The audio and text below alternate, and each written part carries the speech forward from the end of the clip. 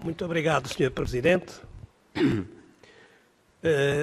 Excelentíssima Senhora Bastonária da Ordem dos Advogados, Doutora Helena Fraga, Excelentíssimo Sr. Presidente Bastonário da Ordem dos Médicos, Sr. Professor Dr. José Manuel Silva, ilustres professores de Direito aqui presentes, ilustres advogados que se encontram nesta sala, ilustres médicos que aqui certamente se encontram também, meus ilustres colegas e amigos que me deram a honra e o prazer de estarem presentes, a todos vocês quero dirigir uma mensagem de agradecimento pela vossa presença, mas também da grande honra e satisfação que tenho em poder falar nesta vetusta sala da Ordem dos Advogados, que conheci quando ainda era estudante de Direito nos recuadíssimos anos, enfim, ter a honra de falar para todos sobre uma temática que me é especialmente cara.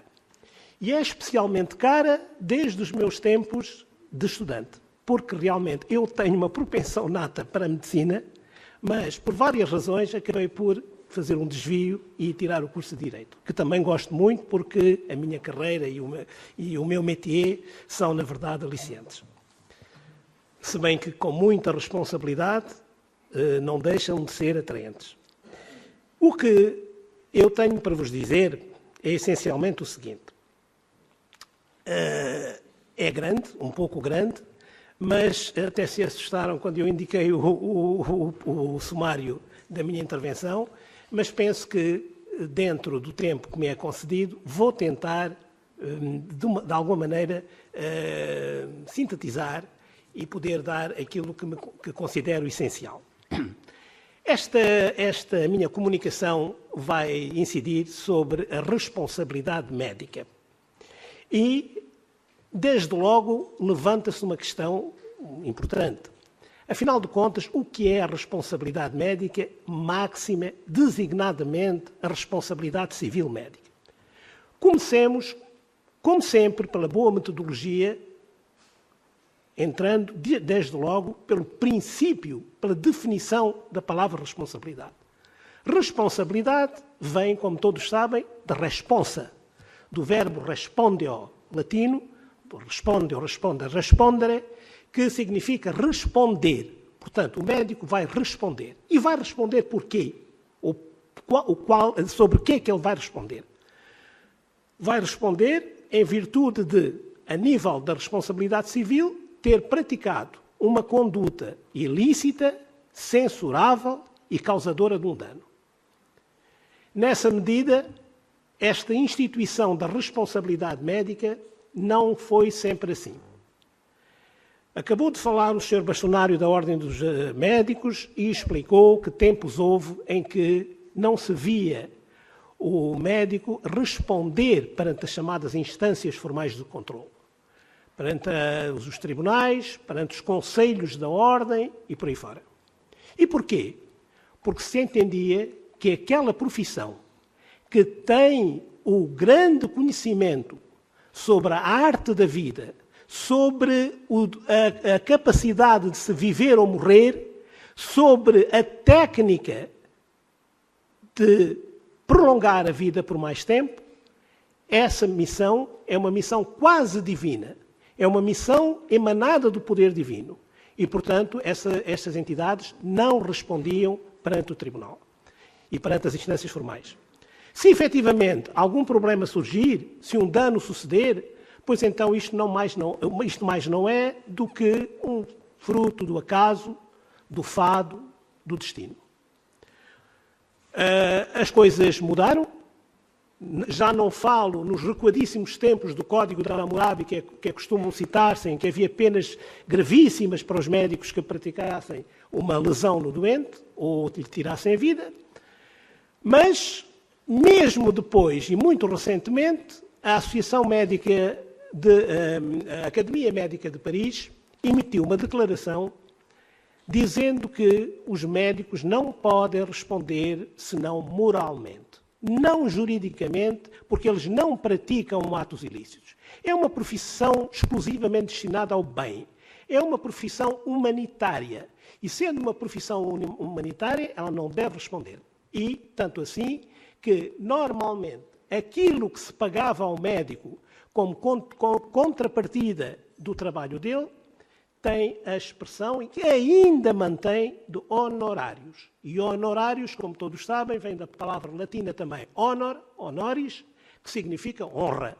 Portanto, não era um pagamento de um preço, não era um negócio jurídico, não era um negócio comercial, era pura e simplesmente uma dádiva feita ao médico, enfim, para o compensar de alguma maneira das despesas ou das maçadas que ele tivesse tido, mas era, na verdade, um honorário e não um salário.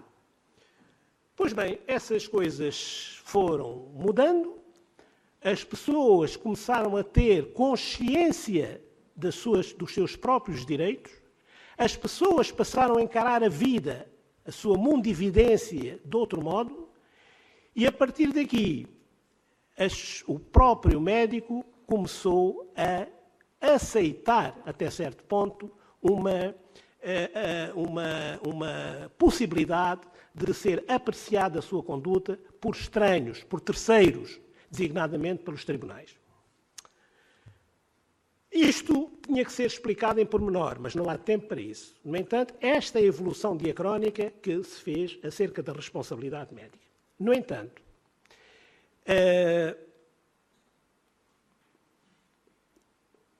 por muito tempo se considerou que o médico não tinha qualquer negócio jurídico com o seu doente. Não havia aquilo que hoje nós chamamos um contrato de serviços médicos. Entre médico e doente não se estabelecia nenhuma relação contratual, obrigacional ou negocial.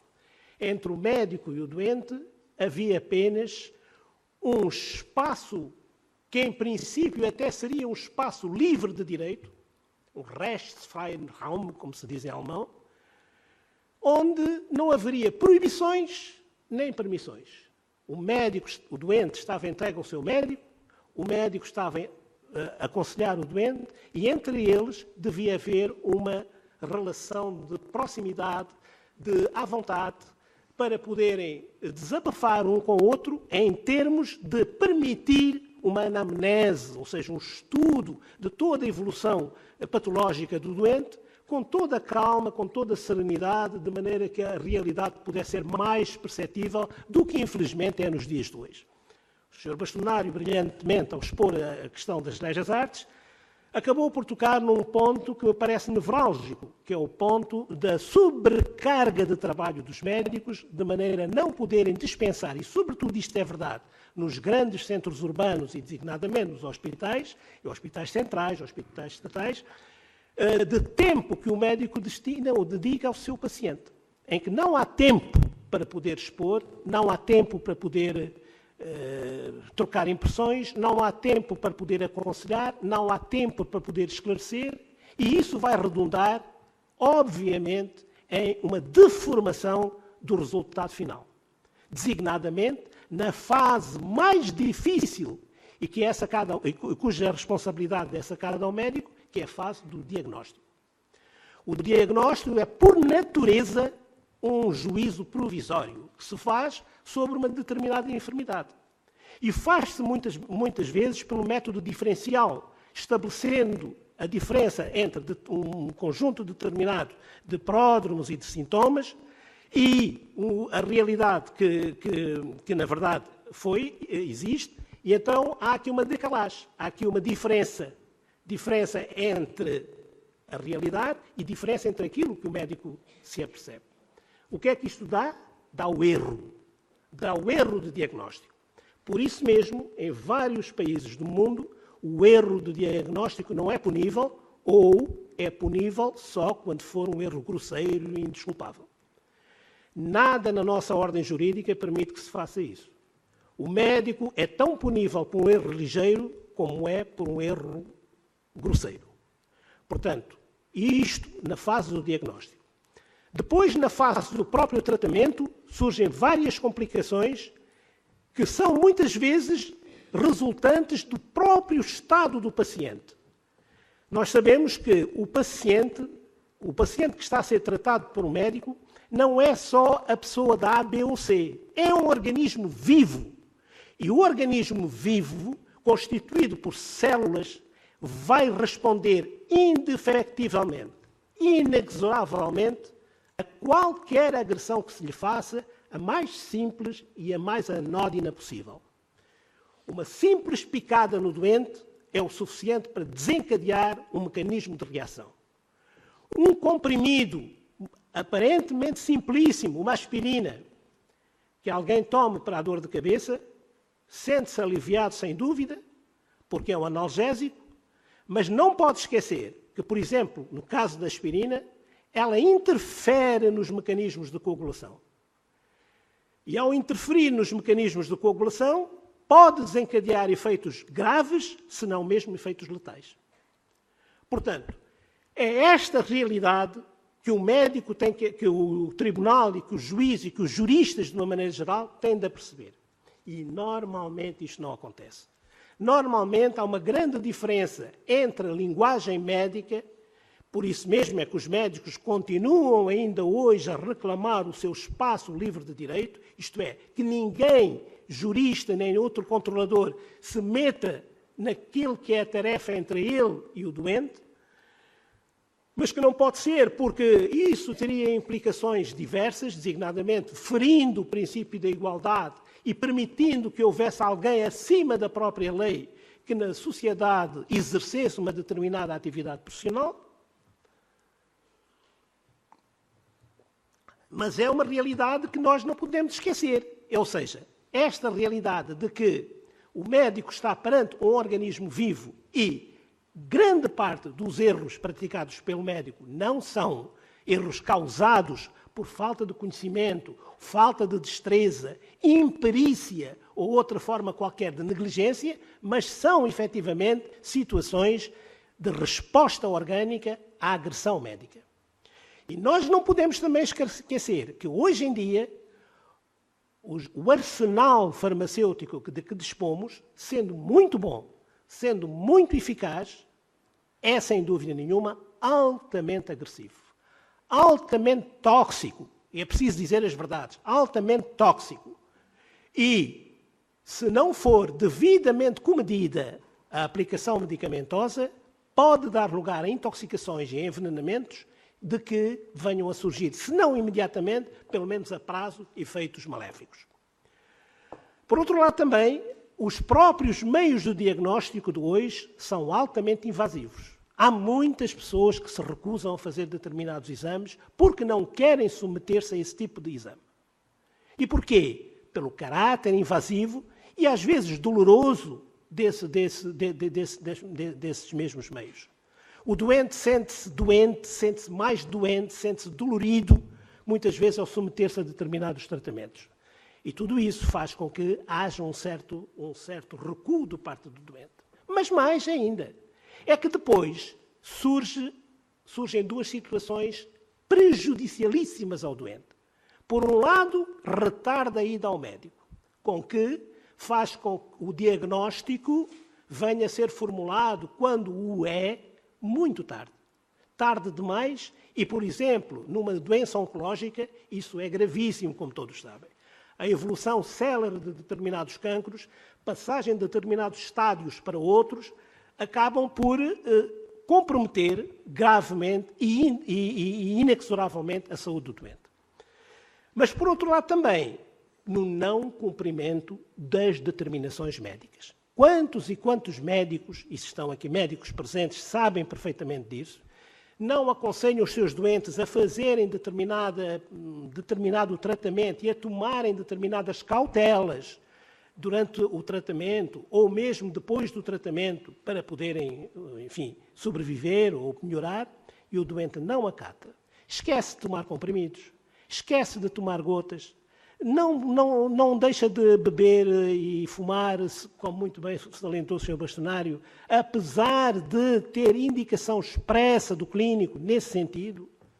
Quantas e quantas vezes esconde ao médico os seus reais sintomas? Como é que, num ambiente desses, é possível, hoje em dia, como muito bem também se salientou aqui, fazer-se um julgamento de responsabilidade médica sem ser numa base de displicência, como muitas vezes tende a acontecer. Não sei se acontece, mas tende a acontecer.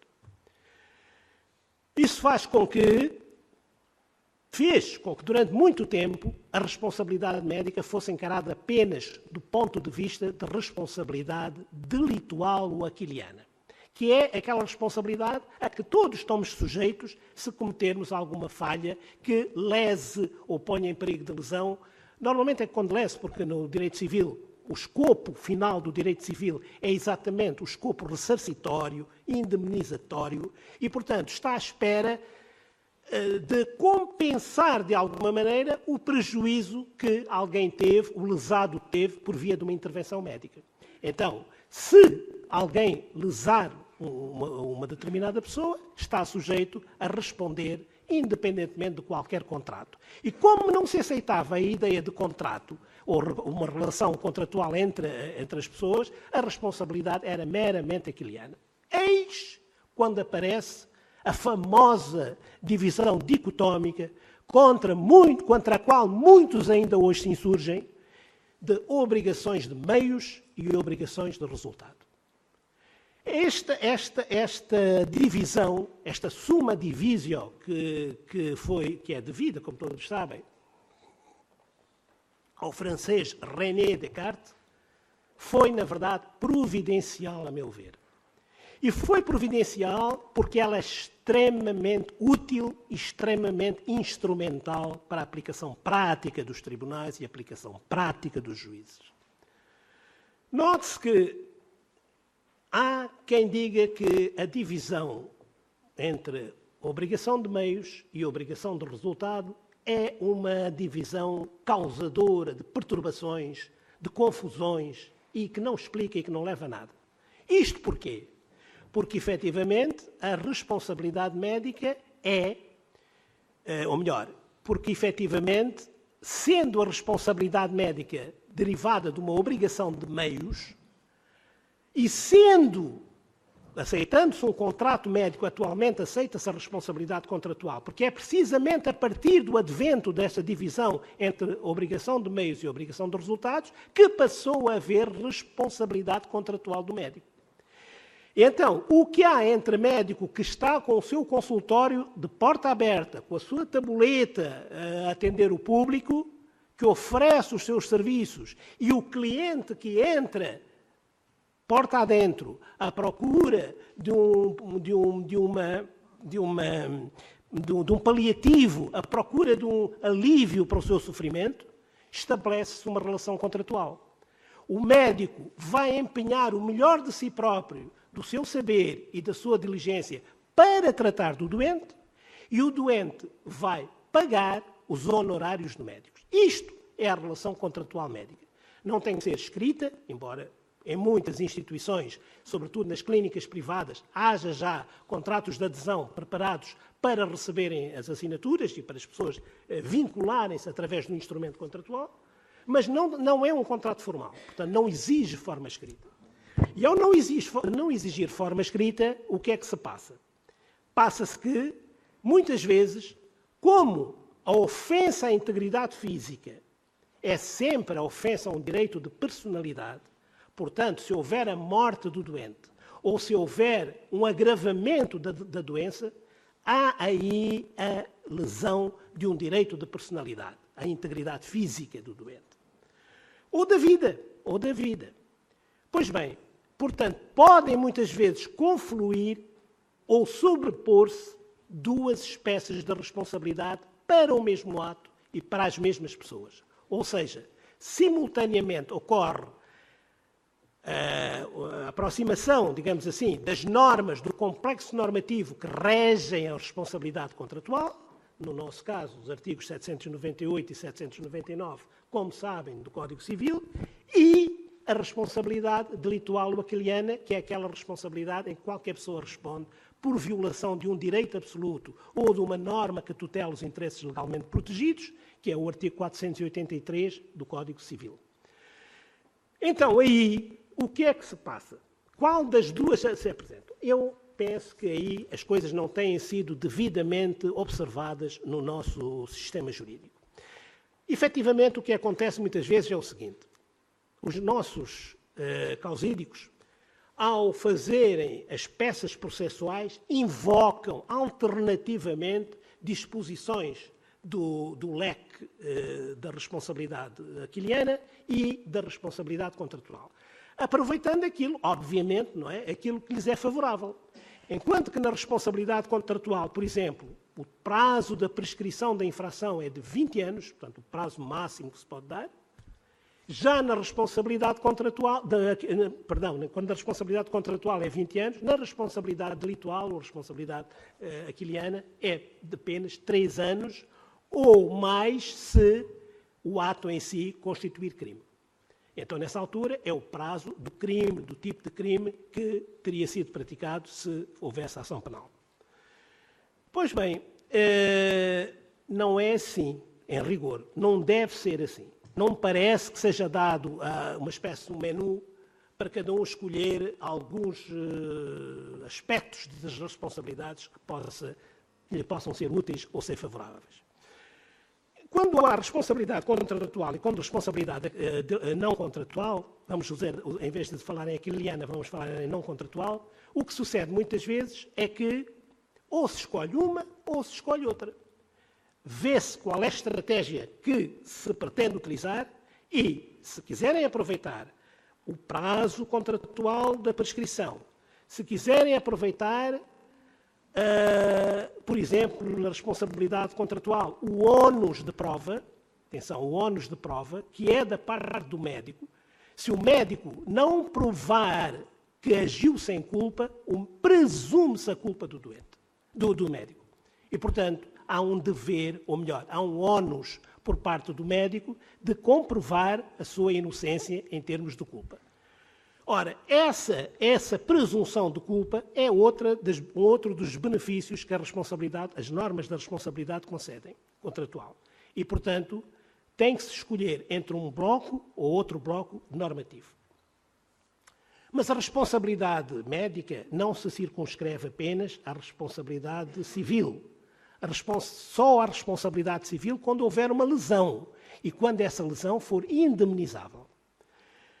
Mas há outras formas de responsabilidade que o médico tem. Por exemplo, a responsabilidade criminal. Há vários tipos legais de crime no nosso ordenamento jurídico penal, no nosso Código Penal, que tratam da responsabilidade criminal do médico, designadamente as ofensas à integridade física e os homicídios. A maior parte, a larguíssima parte dos delitos médicos são de natureza culposa, isto é, negligentes. É muito raro, tanto no campo civil como no campo penal, aparecerem crimes dolosos ou infrações dolosas cíveis. Quase todas elas estão trabalhadas ou são praticadas na base da negligência. Então, o que é negligência? Mas, atenção, antes disso, um dos pressupostos da responsabilidade civil é exatamente a ilicitude. E o que é esta ilicitude? Não confundir ilicitude com a ilegalidade. A ilegalidade é a violação de uma norma que acarreta para quem a violou um ónus. Por exemplo, o pedido de uma licença que não foi uma obra que foi feita sem licença. Há aí uma ilegalidade. Alguém que está a frequentar um determinado curso e sem ter habilitações para tal. Há uma ilegalidade. Já muito diferente é a ilicitude. A ilicitude é um conceito axiológico valorativo. É um conceito que tem em conta o que é ferido, o que é materialmente danificado através da conduta do médico. E neste campo médico humano, que se trata de pessoas, o que é prejudicada é precisamente o corpo, a saúde e a vida do doente. Corpo, saúde e vida dão homicídio e dão crimes de ofensas corporais. A nível da responsabilidade delitual, dão as chamadas indemnizações médicas por erro médico. Há bocado também se falou aqui, e aproveito esta deixa, para vos dizer que o grande problema hoje em dia é que não há consciência dessa mesma ilicitude por todos. Ou melhor, não há consciência dessa ilicitude devidamente preparada nas pessoas. E isto faz com que, por exemplo, respeitante à questão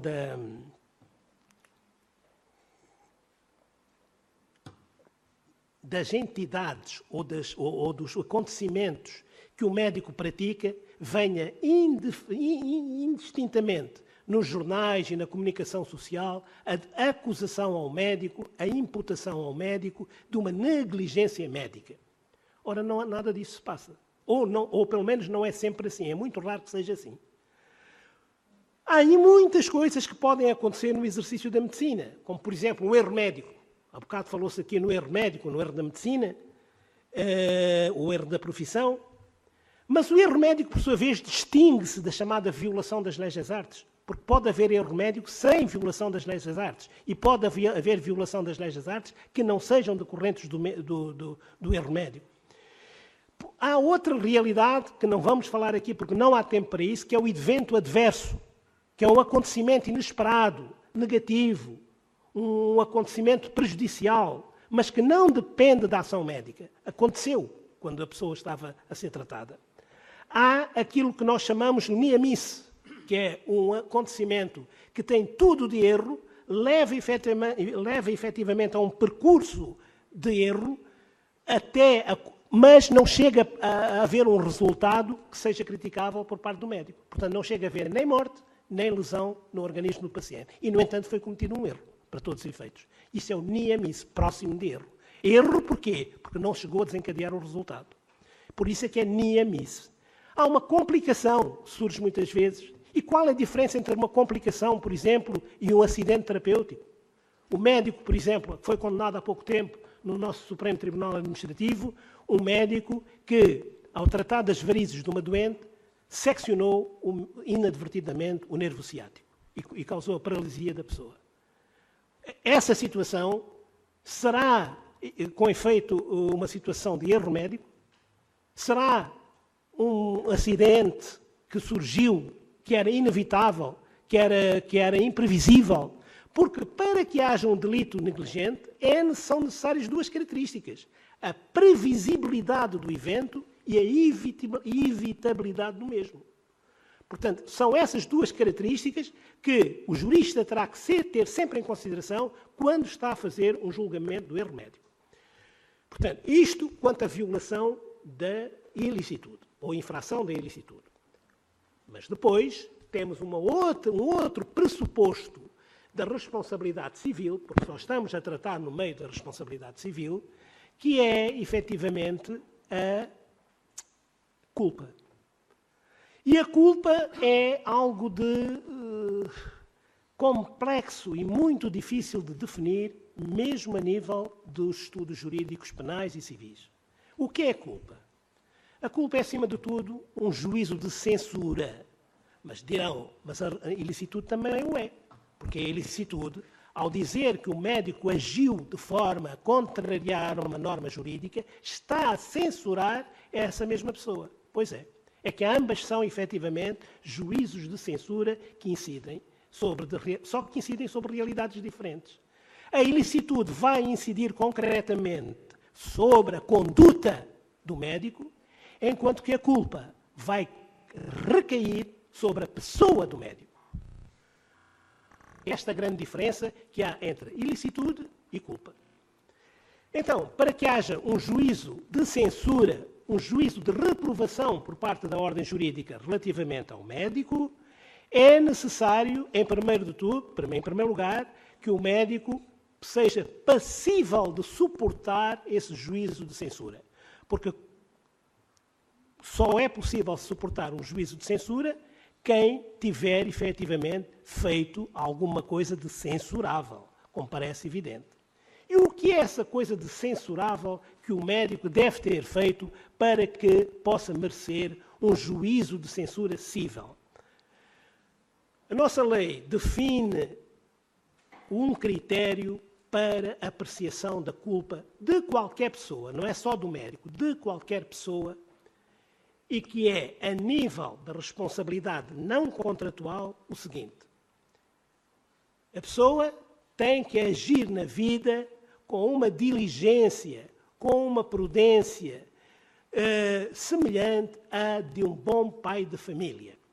Reparem que esta expressão bom pai da família tem ressaibos a tempos antigos, mas não muito recuados, porque mesmo nos anos 50 e tal, se falava ou se tinha a concepção do pater familias, do homem da casa, havia a administração dos bens do casal pelo marido, como se recordam, havia a figura respeitada do pai em casa, que era um exemplo para os seus filhos. É desse exemplo que é retirada a expressão bom pai de família.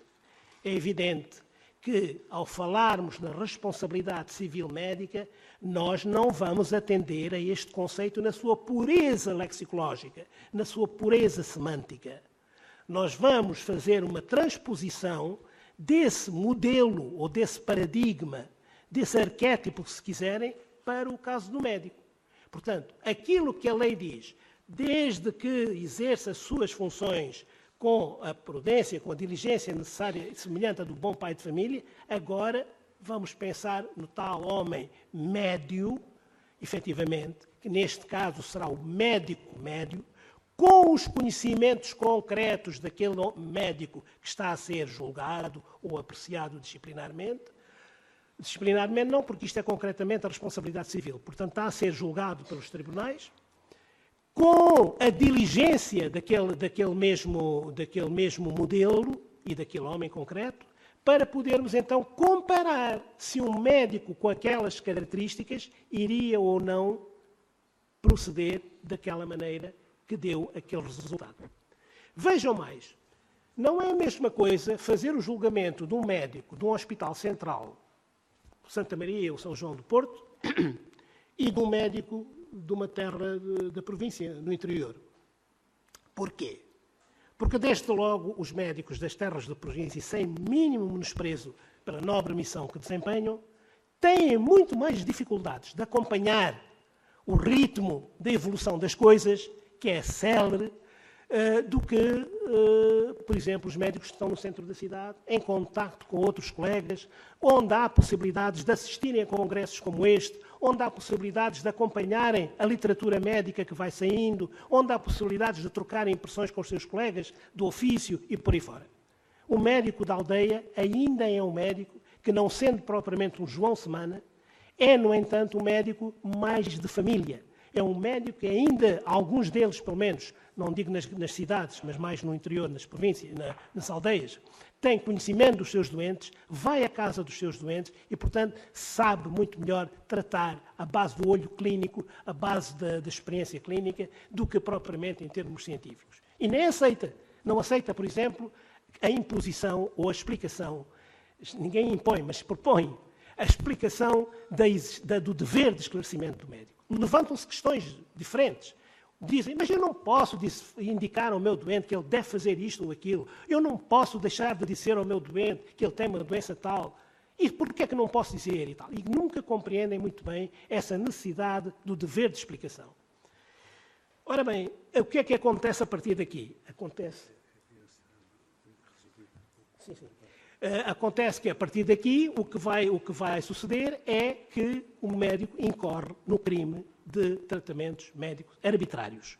Ou, se houver um problema físico, ou mais complicado, de obter ter em cima uma ação médica de indemnização, porque não foi dado conhecimento ao doente do seu devido estado.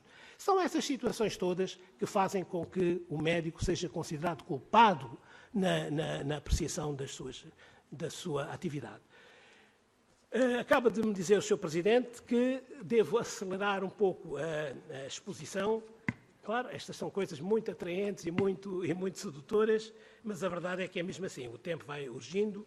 E eu só queria vos dizer o seguinte, ainda a propósito da responsabilidade civil e como pressupostos, queria vos falar sobre a dificuldade que há da prova do nexo causal. Nexo causal entre quê? Entre a conduta do médico e o resultado deletério, entre o resultado infausto. Portanto, quando algum médico, ao praticar um ato médico, acaba por lesar ou matar o paciente, tem que se estabelecer uma relação causal, causa e efeito, entre a conduta do médico e a morte do paciente. E porquê? Porque é muito difícil fazer esta prova. Extremamente difícil. E então, E porquê é que é difícil? É difícil porque nunca é, ou raramente é, uma única causa. É um conjunto de várias causas que concorrem simultaneamente. Quanto tempo é que eu disponho? Mais um quarto de hora. Efetivamente, surgem então situações que é difícil discernir qual foi a causa e por isso há depois determinadas presunções que os tribunais tiram, presunções de facto, presunções judiciais, a partir de um facto conhecido para afirmar um facto desconhecido. E essas presunções são muito aplicadas no direito médico. Há também outros métodos que no fundo, baseiam-se efetivamente nas presunções. É o método de prova da primeira aparência, ou prova de prima facie, que a partir da prova do ato ilícito se chega à conclusão realmente que aquela conduta foi culposa e foi causadora do dano. Há uma outra prova que é também muito utilizada, que é a prova do res ipsa loquitur, a coisa fala por si. Esta expressão res ipsa loquitur é uma expressão latina e significa isto o quê? Que, por exemplo, se um doente que não tinha lesão nenhuma nas costas, de repente aparece com uma mancha muito grande nas costas, depois de ter feito uma radiografia, segundo as regras da experiência comum, o que é que aconteceu? Ao ser objeto de um exame radiográfico, houve, sem dúvida, ou quase, excesso de radiação que terá causado a queimadura grave do próprio doente. E por isso é que aparece aquela mancha. Isto são meios de prova que são utilizados. Os ilustres amigos veem perfeitamente que é quase impossível estar a falar nestas matérias com alguma à vontade, sem as limitações de um tempo com 3/4 de hora. Mas, pronto, são as imposições, tem que ser assim. A outra parte da minha comunicação é relativa à perda de chance. Desde os anos 60, começa a aparecer nos tribunais, precisamente devido à grande dificuldade da prova do nexo causal entre a conduta de médico e o resultado, uma figura que é chamada o dano da perda de chance. E em que é que consiste o dano da perda de chance? Bem, a perda de chance, como todos sabem, a expressão francesa é perte de chance de guérison ou de survie. Perda de chance de cura ou de sobrevivência ou de sobrevida. Perda de chance porquê? Porque a perda de chance significa a possibilidade de evitar um resultado desfavorável, ou de obter um efeito favorável, ou de evitar um resultado desfavorável. No caso dos médicos, é evitar um resultado desfavorável, mas também é obter uma situação favorável. Quer dizer, obter um benefício e não um dano, e não um prejuízo. Mas acontece muitas vezes que, ao surgir um prejuízo no exercício da atividade médica, morte ou dano irreversível no doente, não é possível determinar a causa precisamente pelas grandes dificuldades do nexo de causalidade. Então, existe uma figura nova, que é o dano de perda de chance, que é um dano indemnizável, que é um dano certo, que é um dano que fica provado, embora com uma prova um bocado difícil e à base de juízos de probabilidade, não de certeza, mas também é verdade que no direito utilizam-se muito os juízos de probabilidade que não da certeza. Aliás, a própria probabilidade é, como vocês sabem, utilizada para o cálculo dos danos futuros. Os danos materiais futuros são calculados numa base de probabilidade, não de certeza, porque nós nem sabemos se aquele indivíduo que é portador da titularidade dos bens futuros, da indenização pelos danos futuros, viverá ou não. Mas, à base de uma certa probabilidade, faz-se o cálculo. Também acontece muito isto nos danos da perda de chance. Portanto, da existência de uma probabilidade séria, real, de que se aquela conduta não tivesse acontecido, o dano não se teria verificado, se chegarmos a essa conclusão, ou pelo menos, não é o dano não se ter enfocado, eu disse mal, se efetivamente não tivesse acontecido aquela conduta, haveria possibilidades sérias, que depois são mais ou menos estimadas, de a pessoa ainda se curar, ainda se salvar, ou ainda, pelo menos, melhorar o seu estado de saúde. Então, com base nessa possibilidade, que essa sim está provada, o dano não ficou provado, mas essa possibilidade de evitar o dano ficou, então, com base nisso, o Tribunal arbitra uma indemnização. Essa indemnização tem que ser pedida ou pode ser oficiosamente atribuída pelo juiz? Bom, a minha resposta é que no ordenamento português tem que ser pedida. Mas há sistemas de responsabilidade civil, designadamente nos Estados Unidos, na Inglaterra, enfim, no sistema anglo-saxónico, em que a responsabilidade não é como cá, não é fundada na culpa, é responsabilidade objetiva. E em que há esquemas de segurança e, designadamente, instituições que garantem o pagamento dessas mesmas indemnizações. Ora, aí, então, não há sequer grandes dúvidas sobre isso. Eu queria depois, e pode ser que durante a fase da discussão tenha essa oportunidade, falar-vos de um acórdão do Supremo Tribunal de Justiça, recente, relativamente recente, que analisou muito bem esta questão do dano da perda de chance. Mas, se o tempo permitir e se as possibilidades também assim forem, então podemos, através da discussão, analisar esse documento. Meus senhores, muito obrigado pela vossa atenção.